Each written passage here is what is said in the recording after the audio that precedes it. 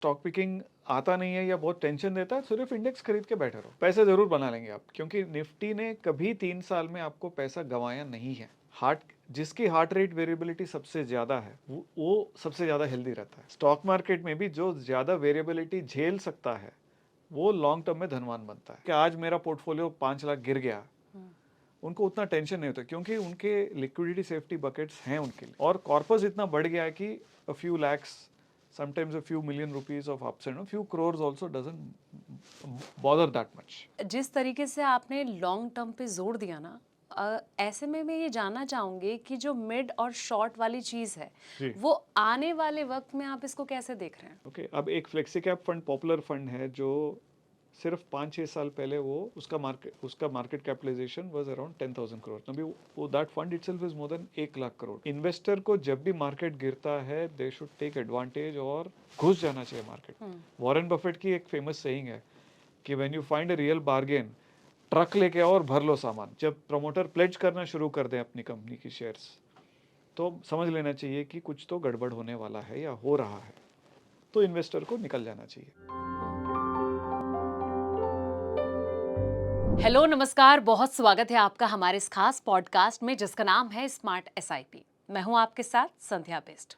दोस्तों, शेयर बाजार में हलचल जो है वो तेज है। कहीं रिकॉर्ड तोड़ तेजी देखने को मिल रही है तो कहीं निवेशकों के दिल में जो है वो घबराहट नजर आ रही है। आज हम जानेंगे कि बाजार के इस बदलते मिजाज के पीछे की आखिर वजह क्या है और एक निवेशक को इस मौके पर क्या करना चाहिए। उतार चढ़ाव की स्थिति में क्या मिड कैप और स्मॉल कैप कुछ कमाल कर सकते हैं या फिर आपको लार्ज कैप के साथ ही दांव खेलना चाहिए। वहीं भू राजनीतिक तनाव का मार्केट में कितना असर जो है वो देखने को मिल सकता है। ऐसे में निवेशकों को क्या करना चाहिए, तो इन सब सवालों का जवाब देने के लिए आज इस स्टूडियो में मेरे साथ मौजूद हैं मेरे खास मेहमान, जिनका नाम है Ram Meduri, founder and CEO of Maxiom Wealth, और साथ ही ये मार्केट एक्सपर्ट हैं। बहुत स्वागत है सर आपका हमारे इस खास पॉडकास्ट में। मिस्टर राम, जिस तरीके से हम मार्केट को देख रहे हैं तो अभी की सिचुएशन अगर देखी जाए तो पिछले 1 साल से तो देखिए अप एंड डाउन्स लगातार चल रहे हैं। खासतौर पर अगर रेड जोन की मैं बात करूं तो कहीं ना कहीं निवेशकों का, इन्वेस्टर का पोर्टफोलियो रेड जोन में जा रहा है। इसको कैसे देखते हैं? पहले तो सबसे पहले मैं आपसे ये जानना चाहूंगी। देखिए, मार्केट में उतार चढ़ाव तो नॉर्मल है। अभी अगर आज के हिसाब से देखें तो मार्केट अपस्विंग में ही की तरफ ही जा रहा है। पिछले साल के हिसाब से काफ़ी अप्स डाउन्स हुई हैं। There have been global events, tariffs का जैसे एक बड़ा सा झटका लगा था। उसके बाद मार्केट अक्टूबर के पीक के बाद ओवर वैल्यूएशन के कंसर्न्स थे, थोड़ा सा गिराव आया था। मैं निवेशकों को यही बताना चाहता हूँ कि मार्केट में उतार चढ़ाव नॉर्मल है। आप सिर्फ एक 1 ईयर टाइम फ्रेम के हिसाब से देखेंगे तो टेंशन बढ़ा लेंगे अपना। आपको देखना चाहिए कि आपका टाइम फ्रेम ऑफ इन्वेस्टिंग क्या है। एक ट्रेडर के लिए मौजूदा समय जो है वो 1 दिन होता है या 1 मिनट भी होता है, बट मेजॉरिटी अपने जो व्यूअर्स हैं जो आज ये शो देख रहे हैं उनके लिए long term should be at least 5 years 10 years, जो पैसे वो अपने रिटायरमेंट के लिए या बेटी की शादी के लिए इकट्ठा कर रहे हैं। तो मार्केट में मौजूदा समय इज द रॉन्ग क्वेश्चन, मौजूद रहना इज द राइट क्वेश्चन। तो अभी निफ्टी 25,000 की तरफ फिर से वापस बढ़ गया है। अगर आप देखेंगे in terms of A P ratio, Nifty 21.7 है, अक्टूबर की पीक में 23 कुछ था। तो relatively speaking it is actually not that over valued, it is actually offering a better value compare to what it was in अक्टूबर।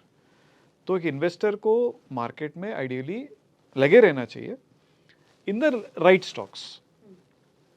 अगर उनको स्टॉक पिकिंग आता नहीं है या बहुत टेंशन देता है, सिर्फ इंडेक्स खरीद के बैठे रहो, पैसे जरूर बना लेंगे आप, क्योंकि निफ्टी ने कभी 3 साल में आपको पैसा गंवाया नहीं है। 1 साल के हिसाब से शायद गंवाया है। और मैं ये बोल रहा हूँ पिछले 20 साल 25 साल के तजुर्बे के साथ कि जब ग्लोबल फाइनेंशियल क्राइसिस हुआ था 2008 में, तब भी 2.5-3 साल में इंडेक्स पूरा न्यू हाई बना लिया था। बिल्कुल, कोविड का भी एक दौर था। कोविड का तो कुछ महीनों में ही वापस आ गया था, राइट। तो हर 3 साल हिस्टोरिकली मार्केट हमेशा नया हाई कायम कर लेता है। तो इन्वेस्टर को डरना नहीं चाहिए। तो मैं ये उदाहरण हमेशा देता हूँ कि एक आदमी का जो सेहत है अगर उसकी हार्ट रेट हमेशा एक लेवल पे रही तो डॉक्टर उसको बीमार या मुर्दा घोषित कर देते हैं। तो हार्ट रेट वेरिएबिलिटी नाम की एक बहुत इंपॉर्टेंट चीज़ है हेल्थ में। जिसकी हार्ट रेट वेरिएबिलिटी सबसे ज़्यादा है वो सबसे ज़्यादा हेल्दी रहता है। स्टॉक मार्केट में भी जो ज़्यादा वेरिएबिलिटी झेल सकता है वो लॉन्ग टर्म में धनवान बनता है। मैक्सिमम वेल्थ पीपल तब लूज करते हैं जब वो मार्केट से निकल जाते हैं डर के मारे। और मैंने ये बहुत देखा है, 2009-10 में काफ़ी लोग निकल गए थे, और उसके पहले हर्षद मेहता के टाइम में तो लोगों ने सुसाइड तक भी कर लिया था। तो मार्केट को रेस्पेक्ट करना चाहिए। मार्केट को, जब मार्केट आपको एकदम हाई देता है, आपको ग्राउंडेड रहना चाहिए। हमेशा सारा पैसा मार्केट में नहीं रखना चाहिए, सारा का सारा पैसा, राइट? लाइक मतलब डाइवर्सिफिकेशन बहुत इंपॉर्टेंट है। एब्सोल्युटली। आपको लिक्विडिटी के लिए कितना पैसा चाहिए, सेफ्टी के लिए कितना पैसा चाहिए। मतलब आपके मान लीजिए नौकरी चली गई 3 साल के लिए, 5 साल के एक्सपेंसेस, आइडियली फाइनेंशियल एडवाइजर्स बोलते हैं 6 महीने के लिए पैसे रखने चाहिए, बट मैं तो कहता हूँ कि 3 साल तक का रखो ताकि आपको टेंशन ना हो। वो सेफ्टी बकेट है। लिक्विडिटी बकेट ठीक है, इमरजेंसी के लिए, अगले 2-3 महीने के लिए खर्चे के लिए जो पैसे चाहिए। लिक्विडिटी सेफ्टी सबसे इंपॉर्टेंट है। आप हवाई जहाज में ट्रैवल करते हैं, आपको क्या बोलते हैं? सबसे पहले ऑक्सीजन मास्क खुद पहन लें, फिर बच्चों को पहना है, राइट? तो लिक्विडिटी सेफ्टी आपके लिए वो ऑक्सीजन मास्क है। उसके बाद जो एक्स्ट्रा पैसा आपके पास है वो आपको ग्रोथ में लगाना चाहिए। लिक्विडिटी सेफ्टी जो है वो एज यू एज, वो रिक्वायरमेंट्स भी चेंज होता है। Everything changes with time. अगर आप बैचलर हैं तो आपकी लिक्विडिटी सेफ्टी कम रहते हैं तो आप ज़्यादा पैसा शेयर मार्केट में लगा सकते हैं। आपकी शादी हो गई, 2 बच्चे हो गए, तो आपकी लिक्विडिटी रिक्वायरमेंट्स कम हो जाती है। तब आपको ज़रूर, you can't put big money market में, लेकिन कम डेफिनेटली एसआईपी तो करते ही रहना चाहिए। तो जब आप ऐसे करते हो तो मार्केट के उतार चढ़ाव आपको बहुत ज़्यादा झटका नहीं देंगे, राइट? एंड जैसे जैसे आपका वेल्थ बढ़ता है ओवर टाइम, अगर कोई आदमी ये 25 साल की एज से स्टार्ट करता है, let's say by the time they reach 10 साल अगर उनको मार्केट का तजुर्बा लग गया, इतना पैसा बन जाता है कि उनका जो नॉन लिक्विडिटी नॉन सेफ्टी वाला जो बकेट है, मतलब जो ग्रोथ वाला बकेट है, वो इतना बढ़ जाता है कि उसमें जो फ्लक्चुएशंस होते हैं उनको कम, दे आर नॉट दैट, उनको टेंशन नहीं है। ठीक है, आज मेरा पोर्टफोलियो 5 लाख गिर गया, उनको उतना टेंशन नहीं होता क्योंकि उनके लिक्विडिटी सेफ्टी बकेट्स हैं उनके लिए। और कॉर्पस इतना बढ़ गया है कि a few lakhs, sometimes a few million rupees of ups and few crores also doesn't bother that much. तो मार्केट, तो मैं यही कहूँगा फिर से कि मौजूदा समय को आप ना देखें, मौजूद रहें मार्केट में हमेशा, जो भी आपकी लाइफ साइकिल स्टेज हो। Okay, even an 80-year-old man can invest in the markets, right?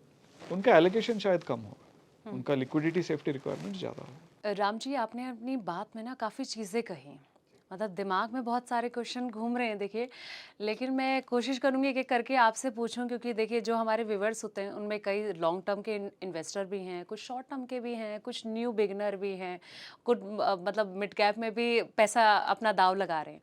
देखिए जिस तरीके से आपने लॉन्ग टर्म पे जोर दिया ना, ऐसे में मैं ये जानना चाहूँगी कि जो मिड और शॉर्ट वाली चीज़ है वो आने वाले वक्त में आप इसको कैसे देख रहे हैं? तो बहुत अच्छा सवाल पूछा आपने। लॉन्ग टर्म के लिए इक्विटीज़ चाहिए। मिड शॉर्ट टर्म जो है, अगर मान लीजिए मिड शॉर्ट टर्म अगर 3 साल 4 साल हो, तब भी आप इक्विटी में इन्वेस्ट करिए डेफिनेटली।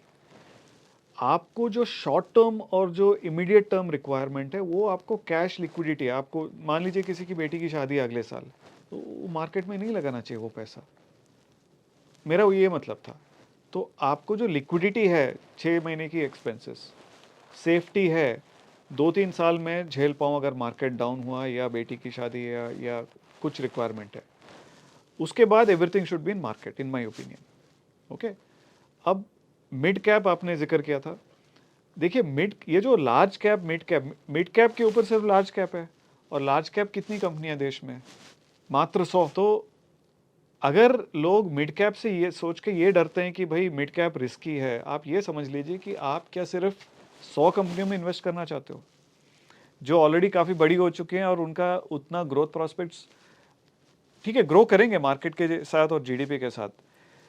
आज के दिन अगर आप देखें, सबसे बड़ी जो लार्ज कैप कंपनी है उसका मार्केट कैप 95,000 करोड़ है। मतलब जो मिड कैप बोल रहे हैं हम, वो एक ज़माने में बहुत बड़ा लार्ज कैप होता था, राइट?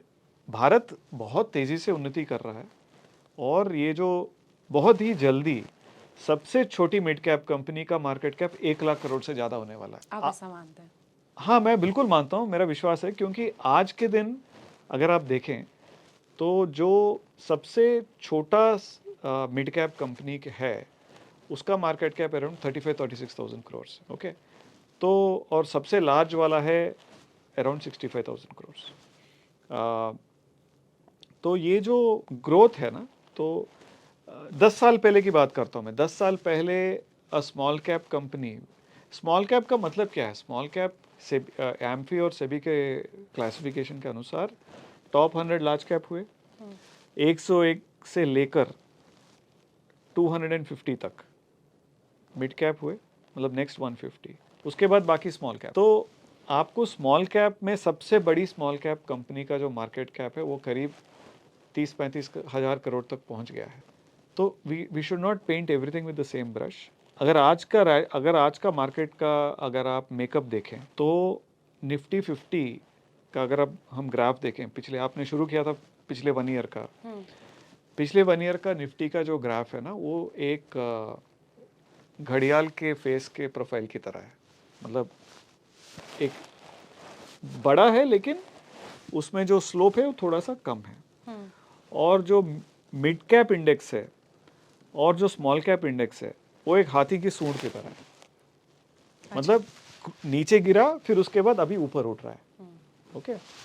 तो मिड कैप जो है, अब चूंकि इंस्टीट्यूशनल इन्वेस्टर्स सारा पैसा लार्ज कैप में नहीं लगा सकते, ओके? अब एक flexi cap fund, popular fund है, जो सिर्फ 5-6 साल पहले उसका market capitalisation was around 10,000 crore. अभी वो that fund itself is more than 1 lakh crore. तो ये लोग सिर्फ लार्ज कैप में नहीं लगा सकते, राइट? तो अभी सेबी ने भी एक रेगुलेशन चेंज किया है to offer within the same category one more fund so that more choice can be offered. जबकि पहले 5 साल पहले इतने स्कीम्स हो गए थे कि सेबी ने बोला आप सब रैशनलाइज करो, एक कैटेगरी में एक ही होगा। अब मार्केट इतना बढ़ेगा कि सेबी भी उसको रिलैक्स कर रहा है। तो एक इन्वेस्टर जो हमारे दर्शक हैं, they should not limit their choice to सिर्फ टॉप 100 कंपनीज।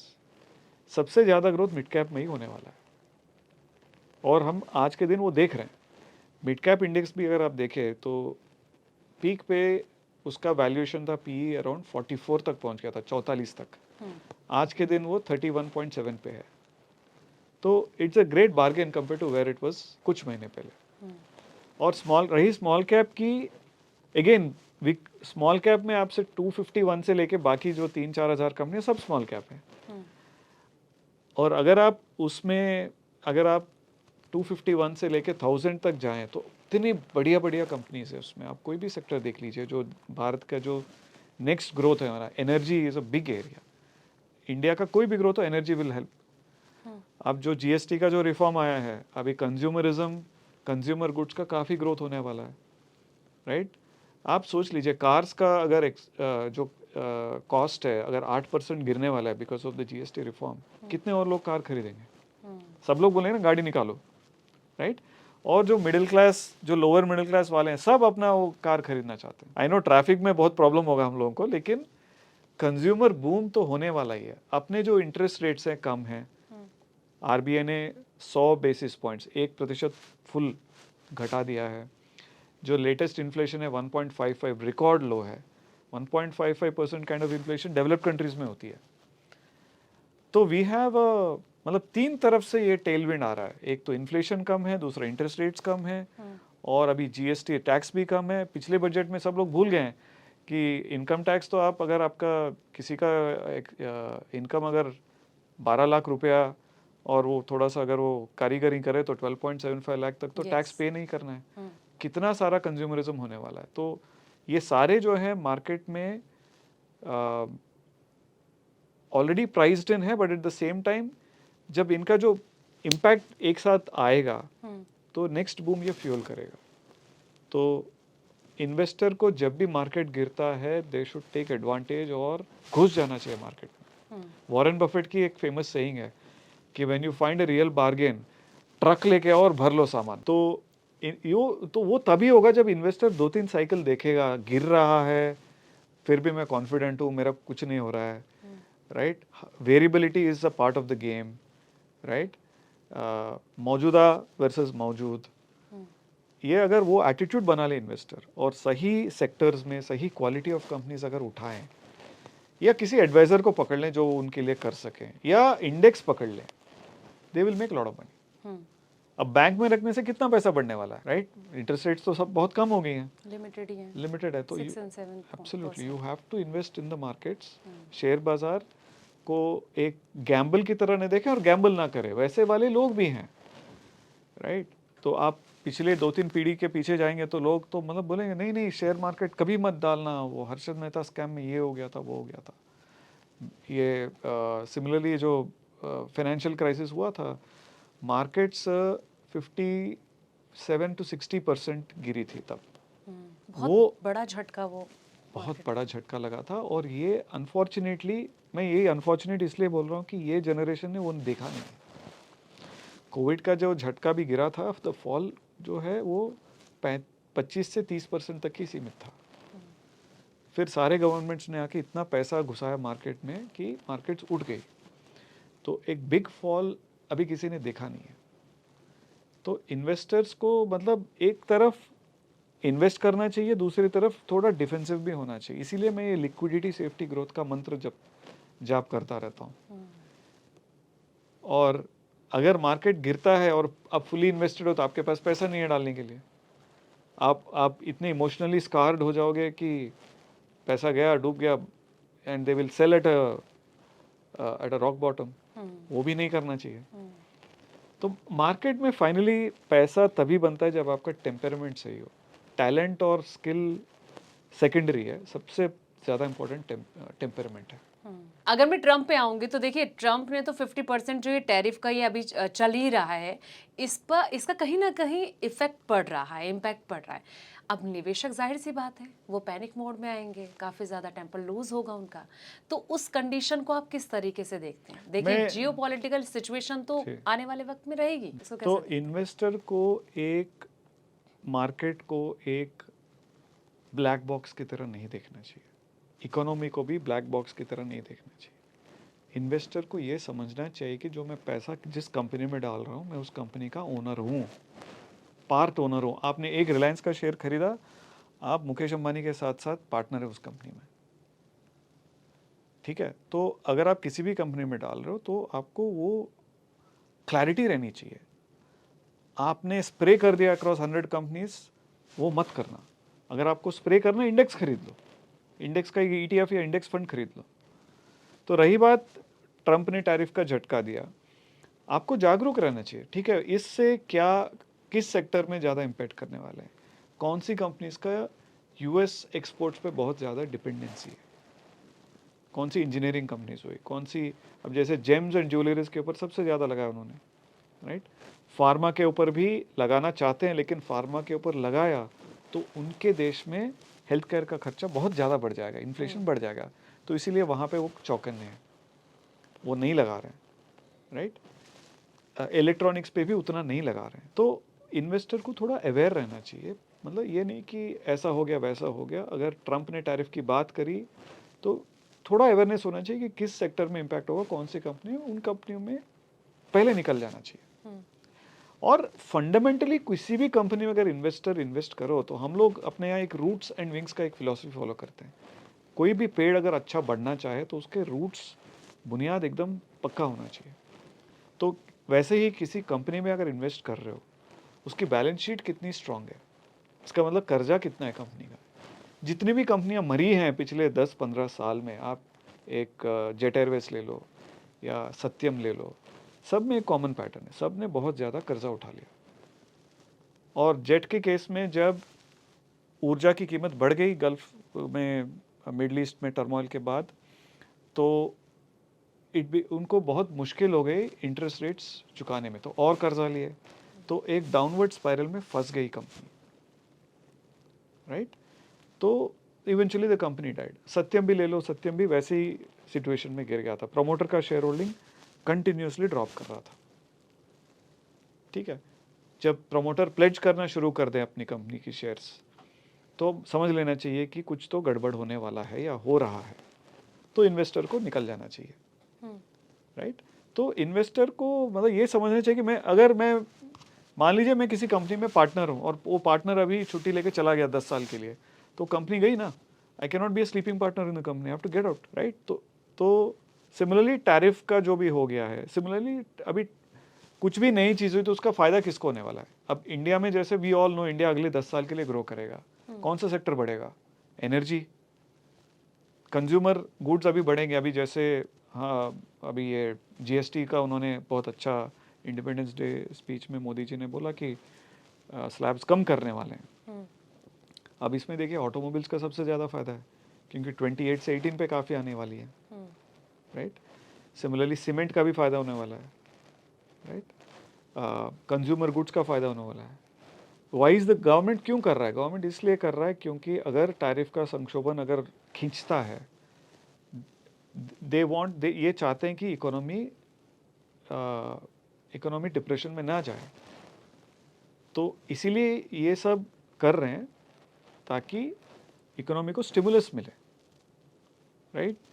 तो वो जो भी दुनिया में घट रहा है उसका फायदा किसको होने वाला है, उसका नुकसान किसको होने वाला है, इन्वेस्टर को थोड़ा बहुत पहचान रखनी चाहिए और क्वालिटी कंपनीज में इन्वेस्ट करनी चाहिए, ठीक है। अगर इन्वेस्टर ज़्यादा ग्रीडी नहीं है, सबसे पहले मैं ये कहता हूँ कि शेयर बाजार में ग्रीडी नहीं होना चाहिए।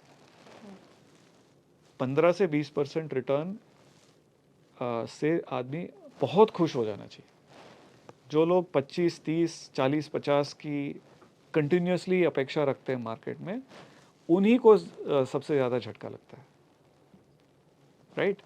तो अगर आप केयरफुली अच्छी कंपनियां सेलेक्ट करते हैं जो उतनी बड़ी नहीं है, जो अभी मिड कैप बोल रहे हैं हम, जो 101 से 250 तक है, जिसका मार्केट कैप इटसेल्फ इज जो अमेरिकी billion dollar, several billion dollars में ऑलरेडी है, राइट। 3-4 बिलियन डॉलर के ऊपर तो पहुंच ही गई है वो कंपनी, काफ़ी बड़ी कंपनियां वो भी, ठीक है। उनमें डालिए या अच्छे स्मॉल कैप में डालिए, या आप दिन भर रोज़मर्रा जैसे आप घर जाते हैं ऋषिकेश में, आप देखते हैं इतना इकोनॉमिक एक्टिविटी हो रहा है, कौन सी फ्रेंचाइजीज बढ़ रही हैं, कैसे मैनेज कर रहे हैं, तो जिनके साथ हम लोगों का रोज़मर्रा में संपर्क होता है कंपनी के गुड्स के साथ, उनमें इन्वेस्ट कर सकते हैं।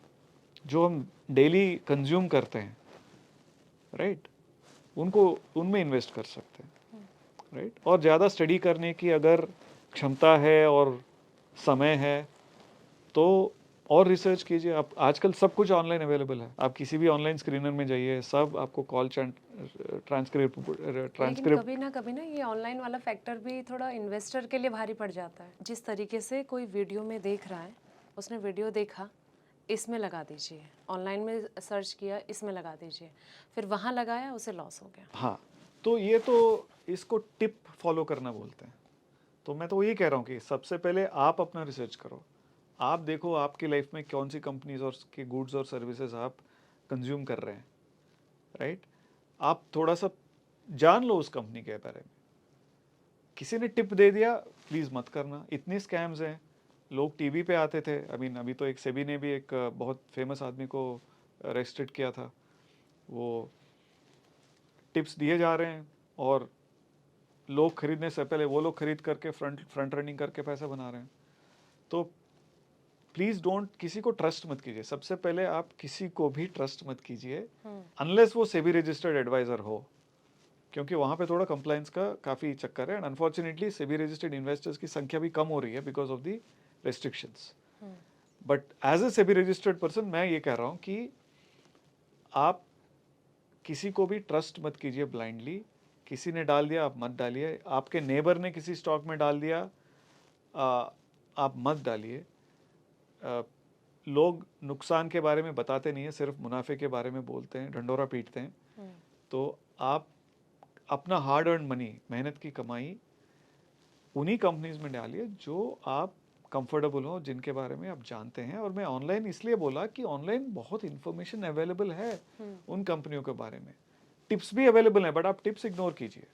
क्योंकि जो टिप दे रहा है वो आपको पता नहीं क्यों दे रहा है वो टिप, राइट? अगर वो मशहूर आदमी भी हो, अगर टिप दे रहा है, देर वर कुछ पीएमएस कंपनीज थी अर्लियर जो जिनके फंड मैनेजर आके बोलते थे ये कंपनी अच्छी है, ये कंपनी अच्छी है, आप इनमें इन्वेस्ट कीजिए, लेकिन क्या वो 1 साल बाद या 6 महीने बाद जब वो कंपनी एग्जिट कर रहे हैं, क्या उनके बारे में बोलते हैं कि ये एग्जिट कीजिए?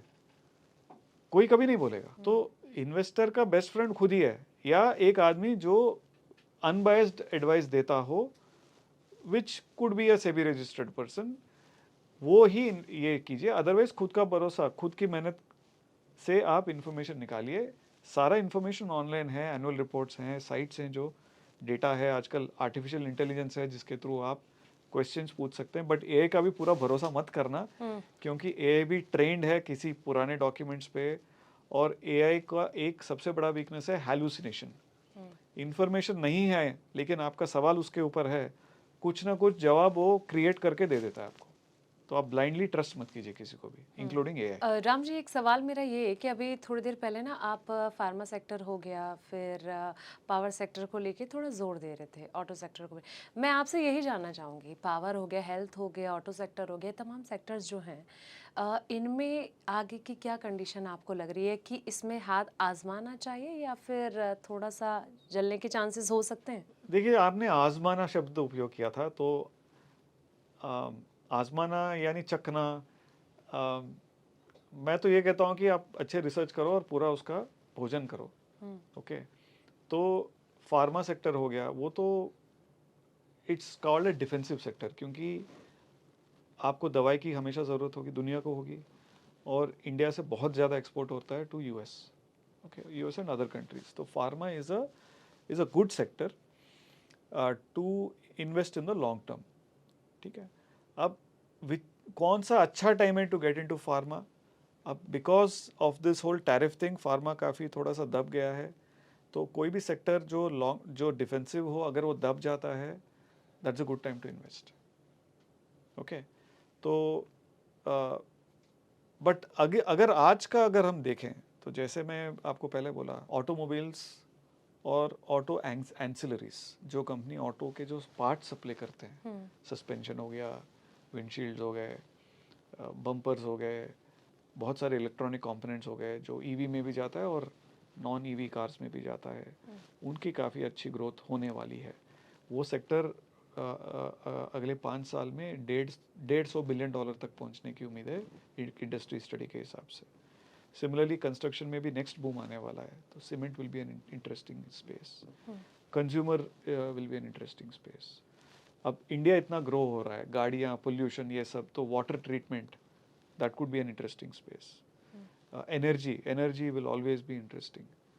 ठीक है, तो इसमें अभी जैसे अगेन मोदी जी का ये था ना कि न्यूक्लियर को मैं 10x करूँगा, तो न्यूक्लियर के साथ बाकी भी होगा। अगर आप देखेंगे, जितना एडिशनल पावर इंडिया ने पिछले 1 साल में ऐड किया है, वो अमेरिका ने जितना ऐड किया उससे ज़्यादा है अभी। मतलब इंडिया का जो रन रेट है वो अमेरिका से ऊपर जा रहा है पावर एडिशन में। चाइना काफ़ी आगे बढ़ गया, बट लेकिन हमको चाइना भी दिख रहा है।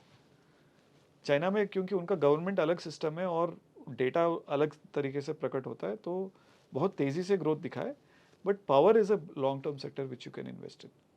तो इन्वेस्टर को डेफिनेटली एक डाइवर्सिफाइड पोर्टफोलियो बनानी चाहिए, जिसमें ये सारे सेक्टर्स हो, अक्रॉस मार्केट कैप्स हो, which are meeting all the quality criteria. That is a recipe for success, to make money in the market.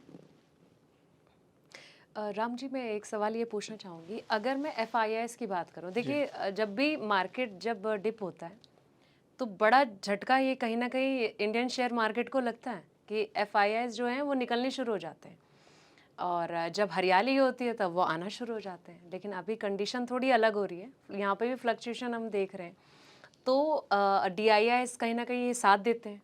देखिए, कहीं पे दुख है तो कहीं पे साथ देने के लिए भी कोई ना कोई खड़ा है। तो इस पैटर्न को आप इन्वेस्टर्स के हिसाब से कैसे देखते हैं? देखिए, एफआईएस की अभी पुरानी कहानी है।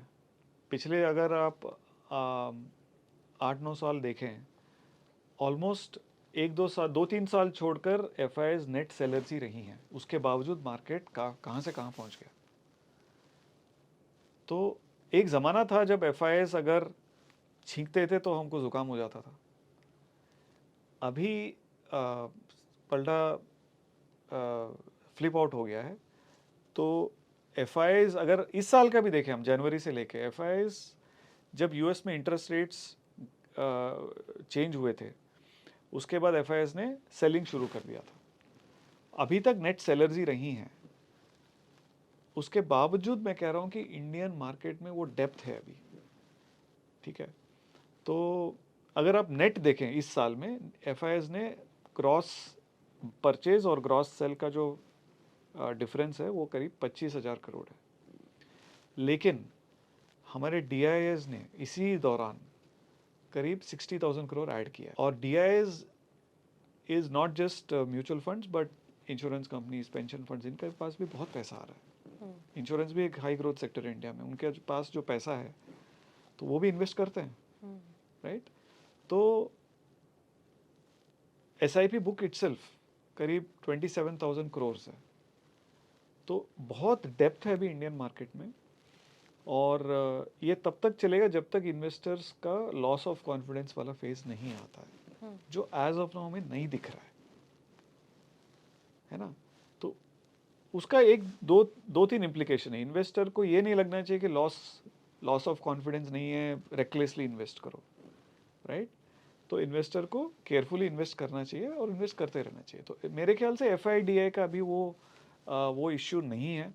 डीआईएस में बहुत डेप्थ है और डीआईएस जितना एफआईआईज ने सेल किया उससे कहीं ज़्यादा एब्जॉर्ब कर लिया मार्केट। राम जी, मेरा ना आखिरी सवाल आपसे ये कि देखिए, जिस तरीके से आपने लॉन्ग टर्म को लेकर शुरुआत में जोर दिया था कि अगर आपको पैसा बनाना है, अच्छा कॉर्पस तैयार करना है, तो लॉन्ग टर्म में इन्वेस्टिंग आपके लिए सबसे बेस्ट है।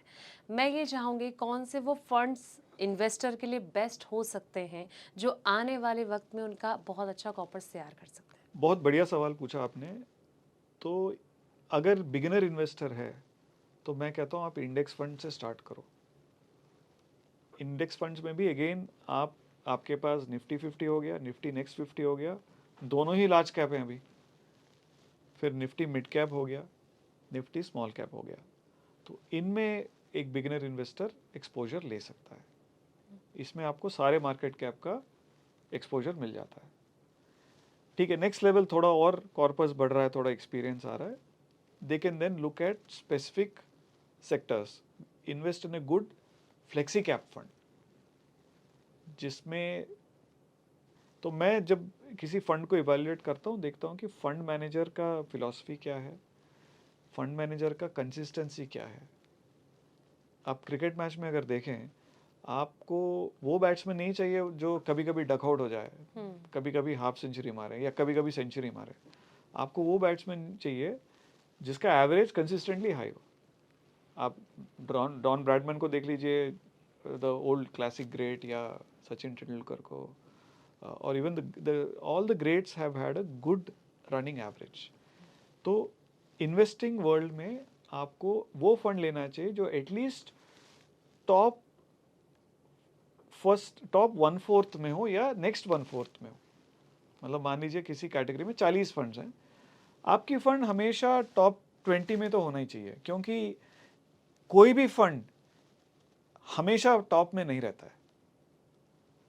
तो हम लोग को ये देखना चाहिए कि वो फंड कंसिस्टेंटली टॉप 10, 15 या मैक्स 20 तक हो अपने कैटेगरी में। वो डेटा अवेलेबल है, राइट। फंड मैनेजर का फिलॉसफी हो गया। और अगर इन्वेस्टर थोड़ा और देखना चाहे तो फंड कौन सी स्टॉक्स होल्ड कर रहा है, तो वो स्टॉक्स कौन सी हैं, क्या वो एक्सपेंसिव स्टॉक्स हैं, क्या वो लो क्वालिटी स्टॉक्स हैं। वो थोड़ा सा मतलब इन्वेस्टर को ये जरूर पहचानना चाहिए कि कौन सी कंपनी अच्छी है, कौन सी बुरी कंपनी है, and then whether the funds उनको रख रहे हैं कि नहीं। तो उससे एक आइडिया मिल जाता है, राइट। इन्वेस्टर को परफॉर्मेंस चेज नहीं करना चाहिए, क्योंकि मैं नाम नहीं लेना चाहूँगा, लेकिन एक पर्टिकुलर फंड हाउस थी जो बहुत एक्सट्रीमली हाई परफॉर्मेंस दिया था 3 साल पहले, बट एकदम अभी बॉटम में। तो वो नहीं करना चाहिए इन्वेस्टर को। मैं जैसे बोला था, स्टेडी रेट ऑफ रिटर्न अगर मिले तो मैजिक ऑफ कॉम्पाउंडिंग होता है। कॉम्पाउंडिंग में अगर आप कंसिस्टेंटली 15-20% करोगे, रिजल्ट्स अलग होंगे। लेकिन अगर आप 2 साल अगर बहुत नेगेटिव कम रिटर्न्स दिए या नेगेटिव मार्केट में नेगेटिव हो गया फंड, तो आपका लॉन्ग टर्म रिजल्ट्स कम हो जाएंगे। ठीक है, 100 से अगर मान लीजिए 70 तक आ गया किसी डाउन मार्केट में, 70 से 100 तक आने के लिए उसको 45-50% ग्रो करना पड़ेगा।